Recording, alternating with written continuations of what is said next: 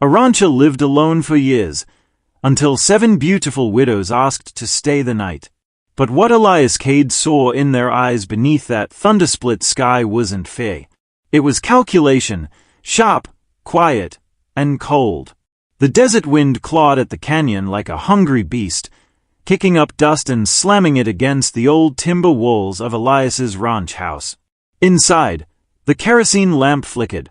Shadows twisted across floorboards worn smooth by time and solitude. Elias stood near the window, mug in hand, steam rising from the black coffee he'd already forgotten about. His jaw worked in silence, his gaze fixed on the horizon. A wall of storm was sweeping in fast, low and black and boiling with rage. Lightning carved through the sky, jagged and silent for a beat, before the thunder came rolling in like distant cannon fire. It wasn't just weather. He could feel it. Something else was coming. He hadn't had a visitor in 9 years. Not since the night his real name had been buried with a burned badge and a bloodstained saddle. Folks who knew better kept clear of this stretch of Nevada rock, and Elias made sure of it. So when the rhythmic pound of hooves broke through the sound of rain, Elias didn't move. Not at first. He just stared through the streaked glass, eyes narrowing beneath the shadow of his hat. 7 riders. All women. Black dresses clinging wet to their curves, wide-brimmed hats pulled low, faces mostly hidden. They came in hard against the rain, horses foaming and breathing steam like war beasts. Too smooth, too together, and all too quiet. Elias's fingers curled slightly. He set his coffee down on the windowsill without looking, then reached, slow, deliberate, for the Winchester resting above the stone hearth. He didn't shoulder it, just held it, felt its weight. The kind of weight that never lies. The lead woman was the first to dismount. She moved with the kind of grace a saloon girl might try to mimic, but there was a soldier's stillness beneath it. Her hand brushed her coat, and for the briefest second, he saw the glint of iron at her hip. Not a helpless traveler. Not any kind of widow he'd ever known. She looked up. Their eyes locked through the rain. A beat passed. Then another. And then she nodded, just slightly, as if she already knew who he was. Elias didn't return it. He opened the door with a creak that sounded like it hadn't moved in years. The rain rushed in behind him, cool and fierce, biting at the fire inside. The women were lined up now, still mounted except for the leader, all watching him like cats waiting for a dog to blink. "You're a long way from town," Elias said, voice rough from disuse. "Storm's bad. Road's worse. This ranch ain't a rest stop." The lead woman stepped closer. Water streamed off her hat brim as she looked up at him. "We've been riding for hours," she said. "Lost our guide in the canyon.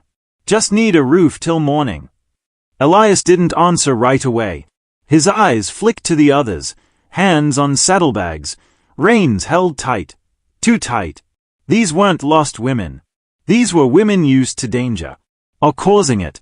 "You said 7 widows," he said flatly. "Funny. None of you seem to be mourning." One of the women on horseback gave a soft laugh, the kind that wasn't warm at all. The leader didn't smile. "Mourning doesn't slow the rain," she said. "It just makes it colder." Elias studied her. "Name?" "Delilah," she said without hesitation. "Delilah Vexley." It was a name too sharp to be fake, but too good to be real. He stepped aside, motioning silently for them to enter. One by one they dismounted. 7 in all. Wet boots. Cloaks heavy with storm. Eyes sharp, scanning every corner of the house without moving their heads. Soldiers. Or hunters. Or something worse. Delilah was the last to enter. Elias shut the door behind them and slid the bolt. The fire hissed as wind pushed smoke down the chimney. One of the women peeled off her gloves. Long leather, not the kind worn by grieving wives. Another checked her coat pocket without trying to hide it. "You've got stew on the stove?" one asked casually, voice like cracked velvet. "Leftovers," Elias replied. "Hope you don't mind sharing." Elias shrugged. then crossed to the hearth and stirred the pot. His eyes never left them. Delilah moved closer to the window, pulling aside the curtain to look out into the rain. "You live here alone?" she asked. "Most days." "And the others?" "Are dead." No one spoke for a long second. Then the youngest of them, a girl no older than 20, coughed and stepped nearer to the fire. She looked different from the rest. Not just younger, softer, eyes wide, uncertain. She kept glancing at the door, at Elias, at the others. "You all right, Rosie?" Delilah asked without looking. The girl nodded quickly. Too quickly. "Just tired, that's all." Delilah let the curtain fall. Elias turned back to the pot. "Got bunks in the loft. Cold, but dry." "We've had worse," said another, a tall, pale woman with a scar peeking from beneath her collar. He didn't ask their names. Didn't want to know. But as he watched them settle in, the way they moved, the way they avoided eye contact with each other, the way Rosie flinched when the lightning flashed, Elias knew one thing for sure. This storm had brought more than rain. And whatever these women were running from, it had teeth. Elias didn't sleep that night. Neither did his rifle. He sat in the old wooden chair near the cold hearth, boots planted, hat brim low over watchful eyes. From time to time, the embers gave a reluctant crack, casting flickers of orange light across the room. Shadows moved. So did the women. Delilah hadn't gone up to the loft with the others. She sat by the window, one hand resting near her coat pocket, pretending not to watch him while he pretended not to watch her. Her profile was calm, but no one that calm ever truly was. Upstairs, creaking floorboards betrayed soft footsteps. Elias could tell who moved just by the weight, one slow, one limping slightly, one light as breath. They hadn't taken off their boots. None of them had. He reached for his pipe, then thought better of it. Smoke carried scent. And something told him this wasn't the kind of night to leave any trail, even in his own home. Delilah finally spoke, voice a notch above the storm's dying howl. "You always this generous with strangers?" Elias didn't answer right away. "Only the ones who lie well." Delilah's lip twitched. It might have been a smile. "And how'd we do?" "Convincing enough," Elias said. "For a saloon. Not for hay." She nodded. "Just once. Then why let us in?" Elias met her eyes. "Because whatever's out there chasing you, I figured it might come knocking either way." Delilah studied him, then leaned back, letting her fingers drum quietly on the windowsill. "You always this careful?" "No," he said. "I used to be worse." A faint rustle upstairs, followed by a whisper. Two voices. Rosie's and another. Couldn't catch the words, but the tone was clear, urgency cloaked in softness. Delilah heard it too. Her jaw stiffened slightly, but she didn't turn. "What's your story, Mr. Cade?" she asked, eyes still on the glass. "Man lives alone this far out. That's not just preference. That's punishment." Elias didn't answer. Didn't move. The rain had quieted now. Just a gentle hiss against the roof, like the land itself was holding its breath. Delilah stood and crossed the room, her steps slow but deliberate. She stopped in front of the stone fireplace and looked up at the rifle mounted above it. Not the one Elias held, but an older, dust-covered Spencer that hadn't been fired in years. "War relic?" she asked. Elias didn't look. "Badge relic." Now she did smile. A slow, knowing smile. She turned back toward him. "You were law. Long time ago. Still smell like it." "And you still smell like cordite and saddle leather," Elias said. "You're not widows. Not in any sense of the word." Delilah didn't deny it. Instead, she walked over to a wooden shelf where a stack of old maps lay curled with age. Her finger traced the nearest one. "You know who's coming," she said. "You know we didn't just stumble in." Elias said nothing, but the muscles in his forearms tightened. "His name's Jed Craven. she continued, softly now. He used to wear a badge, too. Pinkerton. Till he found better pay with the wrong kind of men. Elias's eyes narrowed. His after you. Delilah gave a slow, bitter nod. After what we took. What did you take? Now she turned to face him fully. Money. Everyone says that. This was different, she said. This wasn't poker cash or stagecoach loot. This was blood money. Payment for flesh. Elias didn't blink. Trafficking, she added. I know the kind. Delilah's voice turned low and sharp. No, Mr. Cade. You don't. Not like we do. There was silence for a beat. Then, from upstairs, a sharp thump. Elias stood. Delilah didn't flinch. It's just Rosie. The youngest one. The only one who hadn't seemed cut from steel. Elias walked to the bottom of the stairs and listened. Footsteps above. A whisper. A sob. He climbed halfway up. Slow. Rosie, he said gently. You all right? No answer. Then, a small voice. I didn't mean to. I didn't mean to bring them here. Elias looked up. Delilah was suddenly behind him. Her voice was soft, but firm. She's tired. We all are. But the words didn't match the look in her eyes. Elias turned and came back down, not speaking. He went to the fire, stirred the last of the coals, and added one more log. You're not the only ones who've been watching Craven, he said finally, or who've wanted him buried. Delilah tilted her head. You're not just some ranch ghost, are you? No. He looked at her. I used to hunt men like Craven for a living, before the job started hunting back. Delilah stepped closer now. Why'd you stop? I didn't. A long pause. And then, softly, she said, he'll be here before dawn. Elias nodded. I figured. And when he comes? Elias looked to the locked door, then to the windows, the shadows, the silent corners. He won't like what he finds. A noise, sharp and sudden, snapped through the night. A single horse whinny from outside, not panicked, alert. Then another.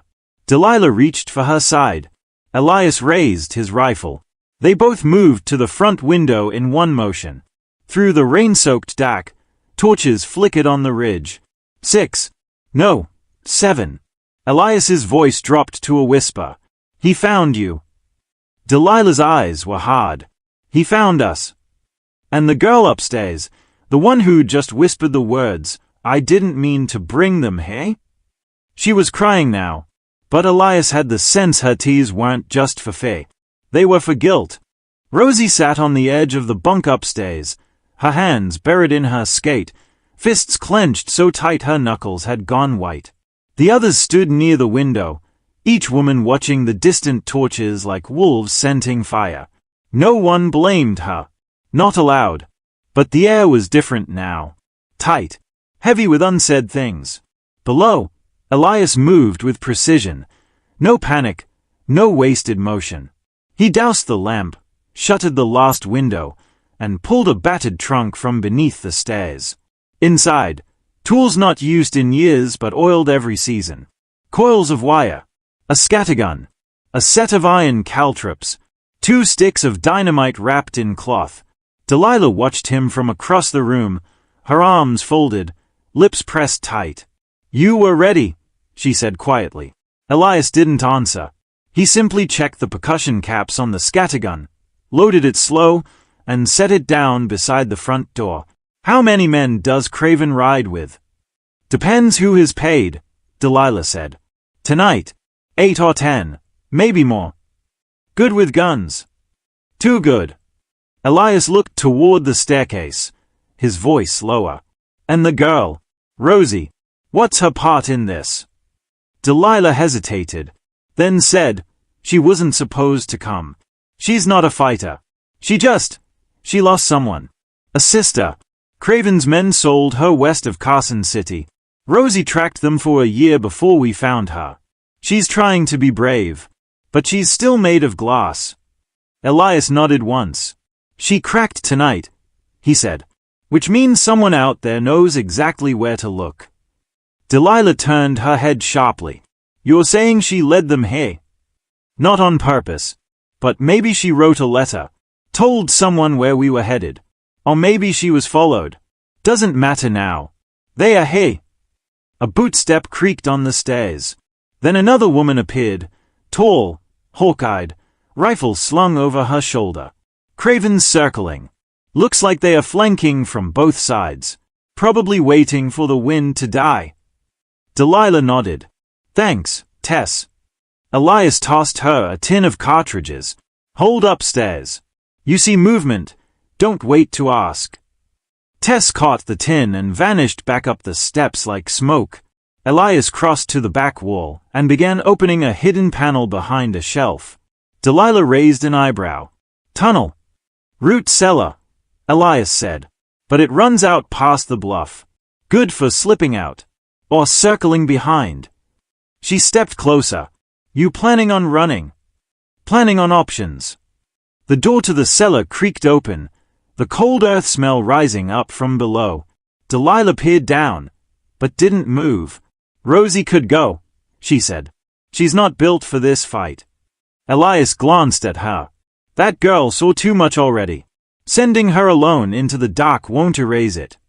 They were quiet a moment. Then Delilah asked, what kind of lawman sets traps like a raider? Elias didn't look at her. The kind who tried it clean once, and buried too many to try again. He moved to the back door now, opening it just a crack. Wind hissed through, cold and wet. The ridgeline was still dotted with fire. Smaller torches now, fanned out. They weren't charging. They were waiting. Craven wants the money, Delilah said. But he won't ask nicely. He'll burn this place to the ground to find it. Elias turned back toward her, eyes hard. Then we burn first. She didn't smile, but something in her face changed. Respect, maybe, or recognition. Upstairs, footsteps shuffled. Murmured voices. Roses again. Pleading now. Delilah looked toward the ceiling. I'll talk to her. No, Elias said. Let me. Delilah hesitated, then nodded. Elias climbed the stairs slowly, his boots heavy on the old wood. He found Rosie sitting in the corner near a boarded-up window, her hands gripping her knees. She looked up as he entered, eyes rimmed red. I'm sorry, she said instantly. I didn't mean to. He sat across from her, resting his rifle on his lap. What did you tell them, Rosie? She blinked. And nothing. I swear. I never sent a letter. I didn't say a word. He waited. I had a locket, she whispered. My sister's. I wore it everywhere. I think one of Craven's men saw it back in Dry Ridge. They knew I was looking. Elias nodded slowly. That's how they followed. Rosie's lip trembled. I just wanted to see him fall. You still might, Elias said. But people are going to die. Maybe. She looked at him now. Really looked. Past the rough beard and tired eyes, and into something she hadn't seen earlier.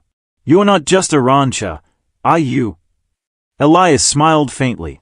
Not on paper. You've seen men like Craven before. He nodded. And worse. She took a breath. Then tell me what to do. He didn't answer right away. Then reached into his coat and pulled out a small revolver. Not a fast gun. Not a powerful one. But small. Light. Meant for someone like her. You stay upstairs. You watch. You don't shoot unless you have to. And if someone tries to come up those stairs, he met her eyes. You pull the trigger.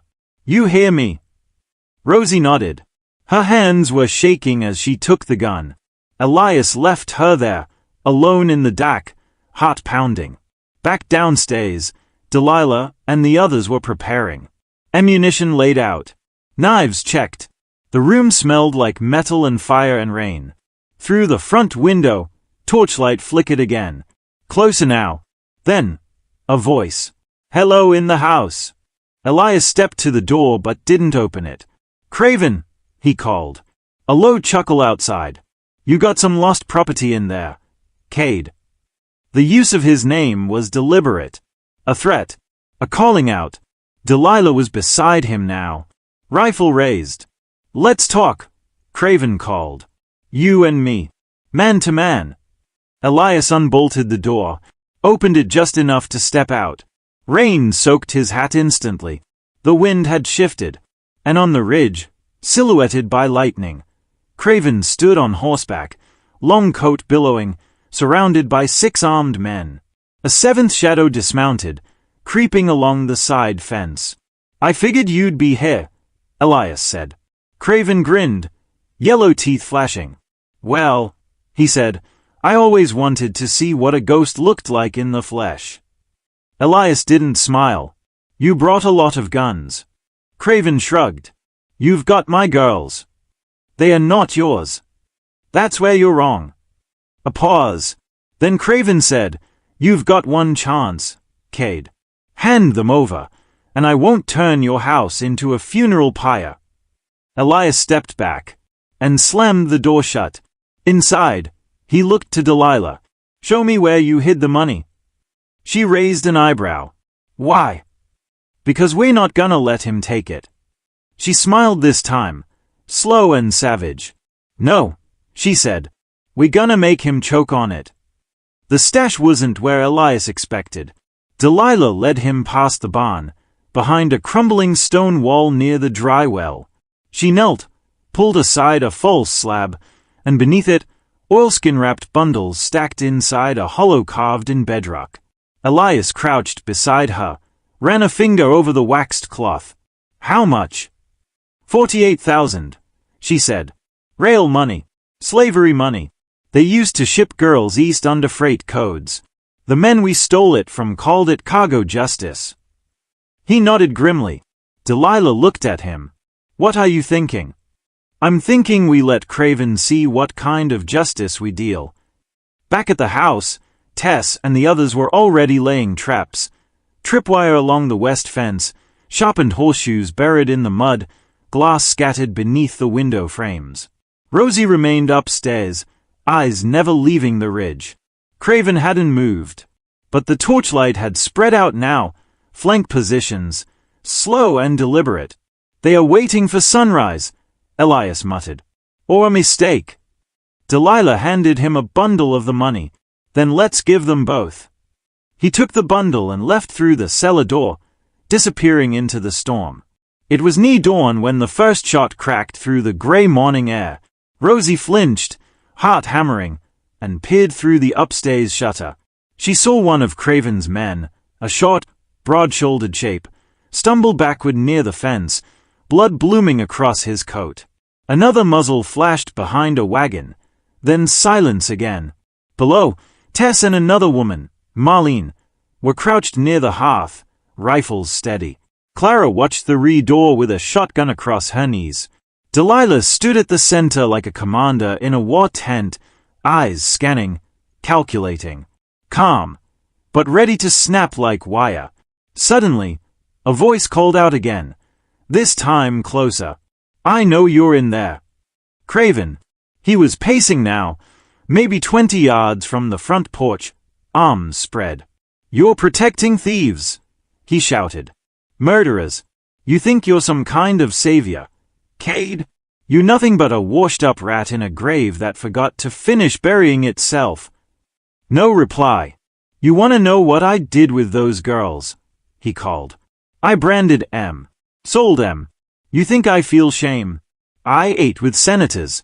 I got paid by your goddamn government. He spat. Now give me what's mine. Inside, Rosie clenched the small revolver tighter, tears streaming down her cheeks. That was the voice. That was the man. The one who had smiled when her sister was dragged away. Delilah leaned close to the door, whispered, on my signal. The front window shattered. Bullets tore into the wood. Elias wasn't back yet. But Delilah didn't flinch. She stood and fired through the broken window. Fast. Controlled. 3 shots. One scream outside. Then footsteps scrambling for cover. They are coming in waves. Tess called from above. Two right, one at the barn. Delilah turned to Clara. Barn. Clara sprinted out the side door, shotgun cocked, disappearing behind the shed. Elias reappeared like a ghost, soaked, muddy, a burn across his cheek. He dropped the oilskin bag onto the kitchen table. They took the bait, he growled. Left it by the north tree, set the fuse to the back stillbag. How long? 10 seconds once they open it. Delilah turned. Marlene, you're on eyes. Tess, back to the loft. Rosie, stay down.